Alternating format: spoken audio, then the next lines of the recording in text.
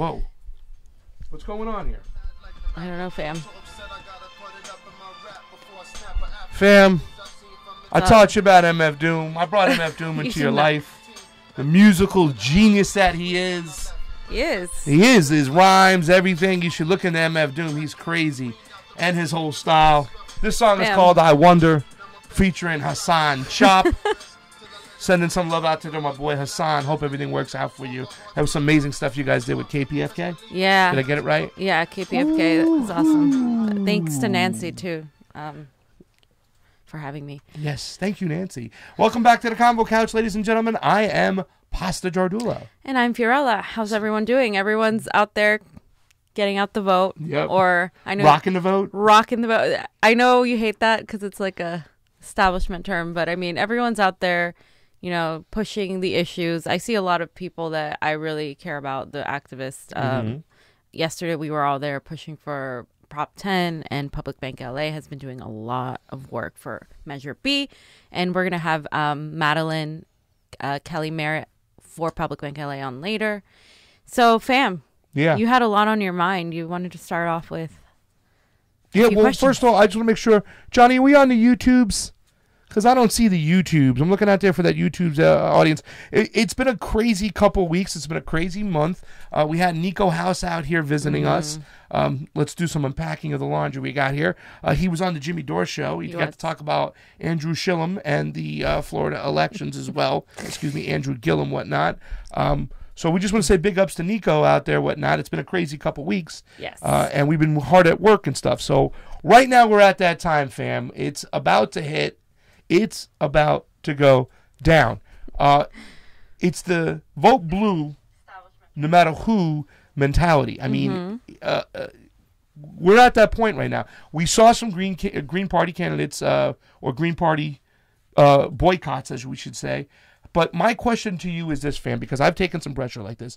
Is vote blue no matter who necessary now? Are we just kicking the can down the road? Are we playing the same games? Or are the Democrats really better than the Republicans? Are they more necessary to get rid of them for people of color, immigrants, poor people in general?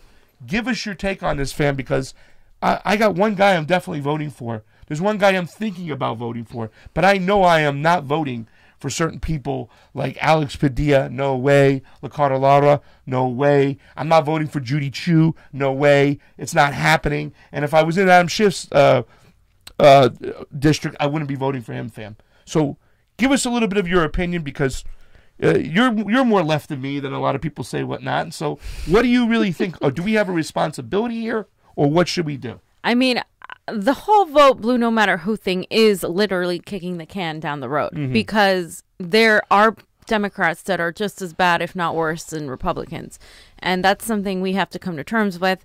Lauren Steiner asked me the same question last night. My take is we look at each candidate and see what they bring to the table, and that is where my vote lies. If a candidate continues taking vast amounts of corporate money and yet they're going and pushing progressive issues, I know that the only reason they're doing that is so they can get elected. And then once they're in office, they're going to actually go do what they promised the actual people who are giving them money to do. So to me, I look at each individual candidate. I am not a vote blue no matter who person. However, I do think that in some instances, even if a candidate isn't my perfect candidate, I would vote for them. I do think that the Democrats overall push issues that you say that are more important to people of color, that are more important to the LGBTQ community. Give me an example. I mean, the Democrats aren't trying to get rid of the 14th Amendment. They're not trying to do that. And I know that's just something that Trump is doing to play to his base. Yeah. Right? But it's just that idea that permeates into the minds and the emotions of people that's a good one. That makes them feel that the Democrats are better, right? When we know that they're voting simultaneously, they're voting for war, they're voting for more surveillance, they're voting against the interests of the people, they're deregulating Wall Street like Obama did. Yeah. And so I think what we have to do is look at each candidate individually. I can't say, for instance, that I would 100% not vote for Andrew Gillum in Florida. I can definitely say I wouldn't vote for DeSantis, and I would have a hard time. Yeah, I can say that. But 100%. It would just be difficult. And I know that, you know, when Nico was here, we talked a lot about that and about like how, you know, Florida has been racist. I mean, we've been a racist country for a while. So how much would it change? But I think at the end of the day right now, we're at a time where a lot of people are being put against the wall or against the knife. And they have to make certain choices. It's like the same thing as 2016 again. I feel, fam, I'm trapped in the same place. We had a friend of ours, you know, who got a little upset, you know, because I talked about the Democrats is as a whole, the majority of them, especially when it comes to the leadership, have not come out there and earned the votes. I am so sick and tired, fam. Tired, fam, of this. I'm an anti-Trump candidate. That's not enough. That's not enough. That's not enough. And the thing that really disgusts me more than anything is the fact that a lot of these establishment Democrats or status quo Democrats or whatever you want to call them, they refuse to debate. Yeah. It's one of the biggest things for me, fam, because if you're not debating, that means you're hiding, that you're not honest, that you're bought off by special interest. I thought it was one of the worst things that Hillary Clinton could do when she refused to debate again in California. Yep. Okay? And we have a laundry list of people who haven't voted, who refused to debate. Okay? Number one, Jimmy Gomez. Okay?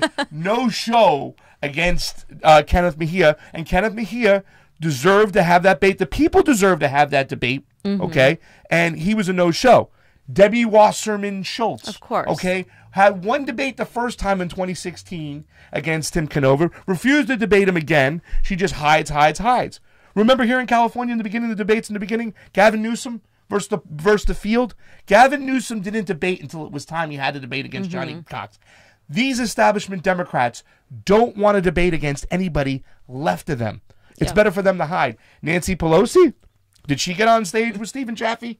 Did she go toe-to-toe with Stephen Jaffe or the other progressive candidate? I'm sorry for getting his name. He came on late, but no. Anthony Rendon. The man hides for a living. Killed SB 562. Killed SB 562. Will not debate Maria Estrada. And that's it. And listen, we're talking about Democrats not debating people to their left.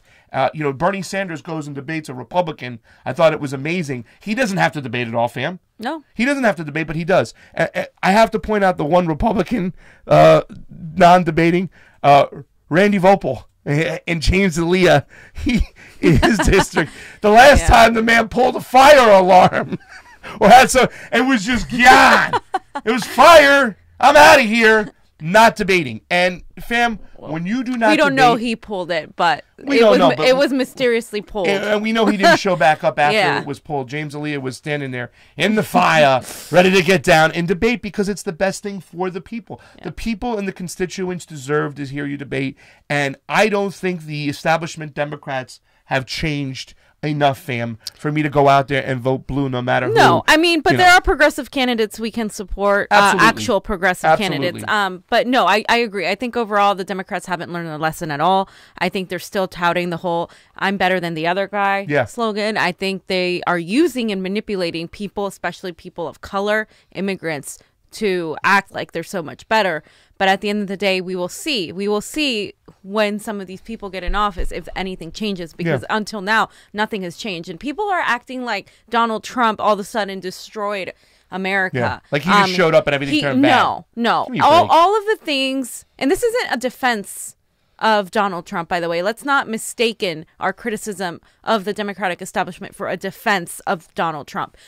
Donald Trump is a vile person. He is someone I really hate what he represents. He is literally the symptom. He is not the disease. And I will repeat that till I'm blue in the face. Yeah. He is a result of us not dealing with our problems. He's a result of the neoliberal policies that have existed even since Clinton and before the Reaganomics. And he is a result of all of that coming to a point and then not being dealt with. And then we have him, and then we have others like him across other countries, including Brazil. Okay. So what we're seeing is the result of capitalism, the fall of capitalism, of late stage capitalism, of more of an authoritarian take, because what people do is these politicians do is they cater to the poor whites. They cater to the people that felt left behind while there's these liberals, neoliberals pushing, you know, the poor people, people of color, the minorities, and literally forgetting about the overall working class, like Hillary Clinton. And that's exactly the result we have. These people voted for Donald Trump because they felt like, hey, maybe he's going to be something different. Obviously, he wasn't. So. But you know something that happened in Brazil is the same thing that happened here in America. Where they're required to vote, 30% of the people in Brazil said no vote. They marked it blank. They won't reverse. Why? Because they threw their leftist Labor Party candidate and Lula in jail, and they refused to let him run. It was almost like the Democratic Party refused to let Bernie Sanders run. So then what would happen? What's the result of that? We're electing a form of fascism, and it is a form of fascism. You know, I know there's some kind of leeway in there as far as Nazi fascism, but it's a form of fascism. But it's openly, truly elected in Brazil, and it was truly elected here in the States. They can try to declassify it as much as they can, but it's once again the neoliberal policies that keep are into play, because you're pushing people away. You're pushing and you're not giving them a choice. They didn't have a choice. They didn't have an anti-war choice here in America. They didn't have that choice in Brazil. Okay, they jailed their leftists there in Lula, and they'd say, "Oh, it was corruption. We got to keep him in there." Well, the people who jailed him are more corrupt than Lula ever was, and why? Because his policies were all about socialistic policies, giving the money back to the people, giving the money back to workers' rights and strengthening unions and creating a middle class. They don't want that happening. And those same forces are injunction here in America. Exactly. And simultaneously, we're also seeing the rise of the complete polar opposite end of that. The Bernie Sanders movement, the Jeremy Corbyns of the world, the Labor parties, the Greens are winning in other countries. And so we're seeing these two things. And it literally becomes, I know you've talked about this before, kind of a spiritual kind of, and I don't mean spiritual in a religious sense. I mean spiritual in a sense of good versus evil. These two kind of different factions that are fighting against each other are the result of all of our issues that we haven't dealt with until now. Yeah. So. Well, let me just say one thing before we continue this conversation. We want to thank you out for joining the Convo Couch. If you can come on there, say a special hi to Shawnee Badger. Shawnee Badger, it's my No Meat Monday today. It's no animal product for pasta. So thank you for doing that. Trying to get him to commit, but I'm little by little. I've cut my meat consumption in half. By far. My mother was in town. She goes, "Oh, you're going out and eating all this organic stuff." We went to True Foods. I had an Inside Out quinoa burger. We went to that other place, Sage, and I had a beautiful chilaquiles made from vegan stuff, and it was great. And my mom was so surprised, and I'm like, "Yeah, Ma, Shawnee Badger would be proud. We've cut our meat consumption in half." Like, people don't even know you in this household. They're like, "If you eat that, we're going to tell Shawnee Badger." So people just go, "Oh, man, don't eat the meat. It's Shawnee Badger's going to come get you." Fam, let's continue to talk about this Democratic Party. Has the Democratic Party changed enough? I mean, are we at the same game now? What do we do? Let's talk about a candidate about like Kevin De Leon, because Kevin De Leon did show up for his debates. Yeah. Okay? He hasn't been awful, but he hasn't inspired me. There's no passion from this guy. I had to watch that TYT interview. First of all, I had to pause it several times and do push-ups and just wake up and do jumping jacks, because I'd rather watch paint dry or grass grow than this guy speak. He's not inspiring at all. But once again, he comes off as the anti-Trump candidate, and I'm not sold that he'll do anything for me. And that's why I'm waiting till Tuesday, because I don't know if I'm going to vote for him or not. He's the one guy I'm on the edge about, because he hasn't been out there talking anti-war like Ro Khanna has. You know what I'm saying? He hasn't called them, on their pro-war stance. He hasn't inspired me. There's nothing to make me think that this guy is going to help us down the road. In fact, I think it's better maybe just a no vote, and then we'll try to take out and get a progressive down the road as the party grows. I agree with that. Your second half of the statement. I mean, I support Public Bank LA. I support that he is going and promoting that, because whether you agree with him or not, I think it's good for the movement to have someone with that kind of platform go out and support, like, Public Bank LA, go support in Prop 10. However, of course, the candidates who are running are going to be, supportive of issues that progressives are supportive of, because it gets them more votes. And so for me, it's very easy to come in late and start supporting things now, and then because it's popular now, and then, the real people doing the hard work are the activists, are the people who have been working on this since day one, the unions, the the people that like Carlos Marroquin, who have been on Prop 10, the people like Maddie and Melissa Michelson and Ben Hawk and everybody in Public Bank LA who have been fighting for this since day one. Those are the real people that when this or if this passes, which Public Bank LA has a higher chance than Prop 10, unfortunately. Yeah, but it's only the beginning of that think. stage. Let's do it. You're going to talk about this later on. Yeah. To me, that's one of the most important issues, fam. But really, to tell you the truth, when it comes to me, you list my issues. Number one is war. I want you to be anti-war. He's not anti-war. I want you to be anti-war, and I want you to speak about it, and I want you to vote against it, and I want you to not support regime change. And when Andrew Gillum went that way, it was lights out for me. Then it was number two. It's election integrity. I mean, election integrity might be number one because you need, without election integrity, we have nothing. Right. So that's once again why the Debbie Wasserman Schultz, the Brenda Sipes destroying of the ballots. And this is what I mean. Yeah. The Democratic Party is run by the Clintons still. Okay? Yeah. Otherwise, Debbie Wasserman Schultz would have been shipped off to who God knows where, but yet she's still in power and she's still, in control and doing the Clintons' biddings within and stuff like that. What they did with Andrew Gillum was terrible, and it's going to cost Gillum in the end because once again he went the wrong route. So now you got election integrity, you got war, and then it's about taking the money out of the oligarch's hand. Public banking is the big first step in doing that. Okay. When I talk about economics, I'm talking about resources, fam. Mm-hmm. I'm talking about getting food for the family, water and clothes for the kids, clean water. Yeah. I'm not talking about just dollars and cents. I'm talking about resources. And I think a lot of these fascist people getting elected, or fascist-like people are getting elected, is because we're pinned at each other's throats. And when people are not highly educated or they're kind of shallow, whatnot, they're going to blame the guy across the street who looks different for them. And then you have a fascist leader. Because why? Yeah. The neoliberal policies, which the Democrats don't want to change, is what's struggling us. It's strangling us. It's pitting us against each other. Exactly. And I think my issue, just real quick on Kevin DeLeon, is the fact that he hasn't really fully supported not affordable healthcare, universal healthcare.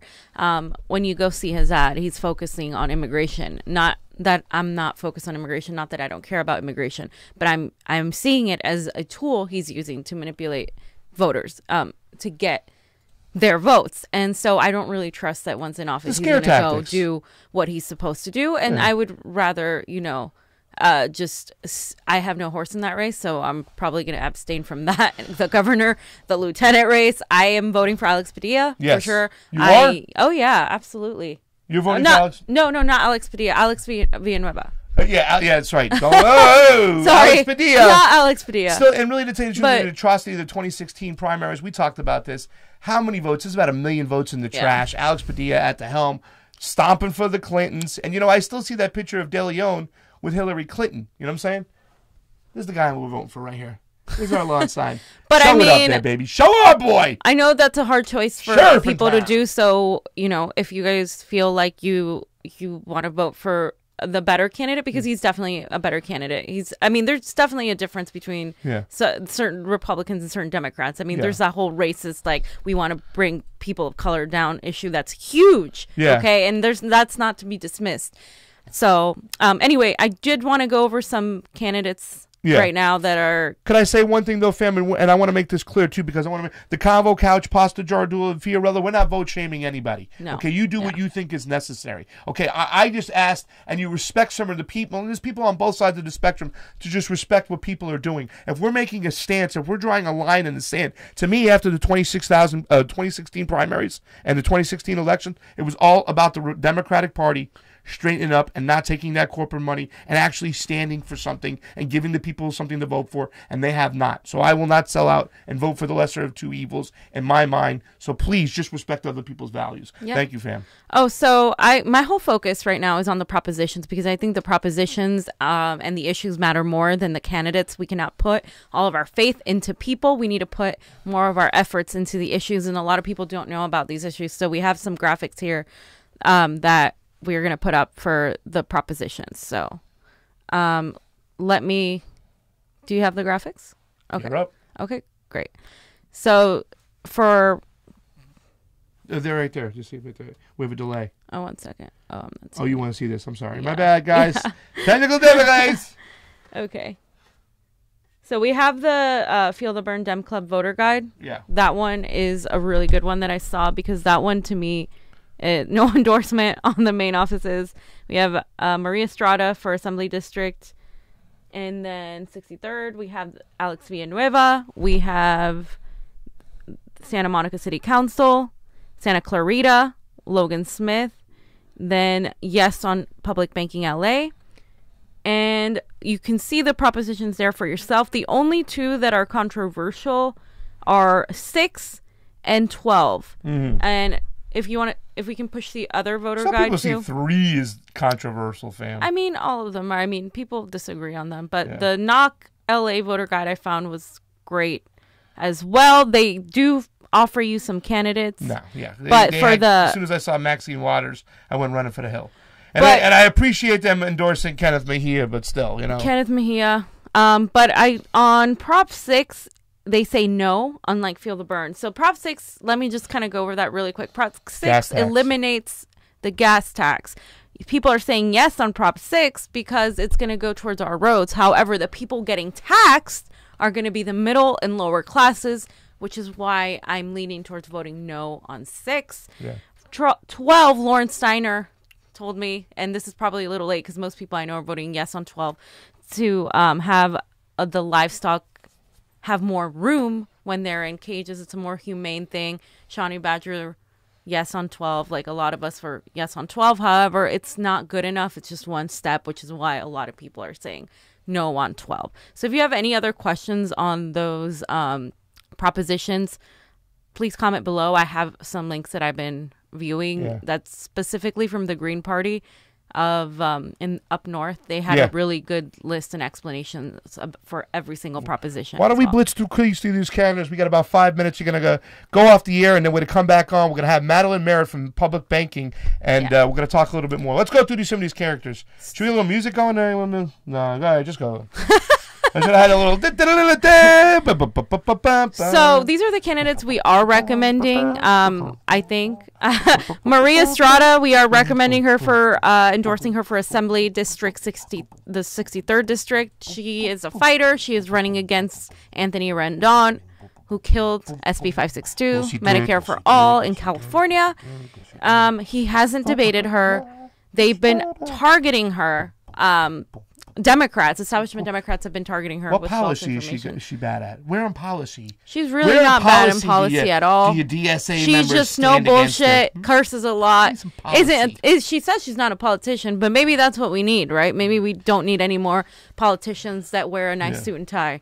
Next we also one, my have man, the big boy. Sorry, I'm James Alaya for Assembly District in the 71st. You want to read the little thing? The devil says, create the Democratic Social Labor Movement. The angel says, stay with the Democratic Party. I think they got to switch the devil and the angel over there. How about Giovanna Beckles, fam? Jovanka Beckles, yes, she's running in up there in Sacramento, basically, and she was just endorsed by Barbara Lee and Bernie Sanders himself. And she's wonderful, and our friend Noemi is working on her campaign. So shout out to Noemi. We love you, Noemi. What about Kenneth Mejia, man? Kenneth Mejia. I showed up for a debate to moderate a debate for Kenneth Mejia and Jimmy Gomez, and guess what, fam? He didn't show. No show, Jimmy Gomez, the speed runner. Underlay, Iba. Pew, Speedy Gonzalez, out of town. By the way, Kenneth Mejia has been, a lot of progressives have been attacking him for no reason. So they attack him because he's a Green Party candidate and he's vote blue no matter who people. And then quickly we have an Equality California, LGBT, really progressive candidates from Orange County. We have Marla Rodriguez. Love Marlo. Met her several times. Betty Valencia. She's awesome. You want to read these two? No, I can't see the other one.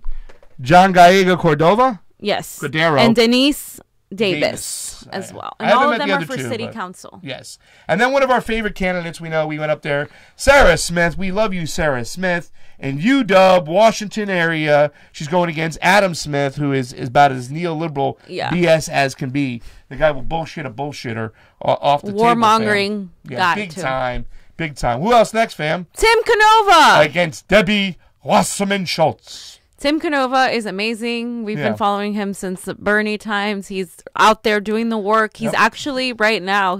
A lot of people are saying he's leading right now. He left the Democratic Party However, because of the craziness. we know how Florida goes. So Florida can go cray. and I'm still in love with Miss AOC. Alexandria Ocasio-Cortez, who is Yep. running in New York. So Well, I'm going to give her a chance to see what she can do when she get out there. She had a little slip up. I think she's kind of put back in check.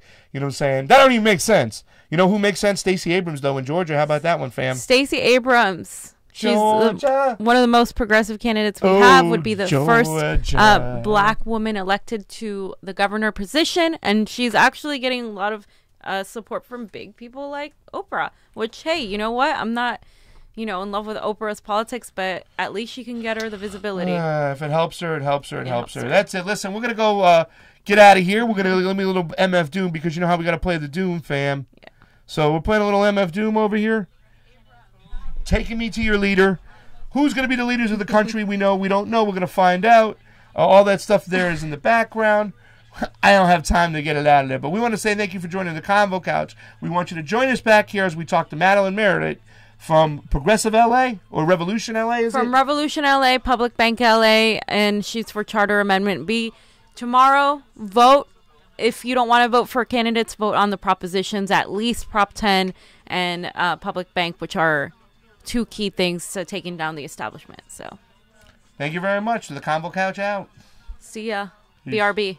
Come right back on this channel. Hey, if you liked our video and want to support independent media, please like, share, and subscribe below. Yeah, we have a Facebook, a Twitter, a YouTube, and coming soon, fam, we're going to be on Roku. Take it easy, fam. And if you have any change to spare, please subscribe to our Patreon below to keep us going. Yes, anything would help with that. Thanks again for watching. Convo out.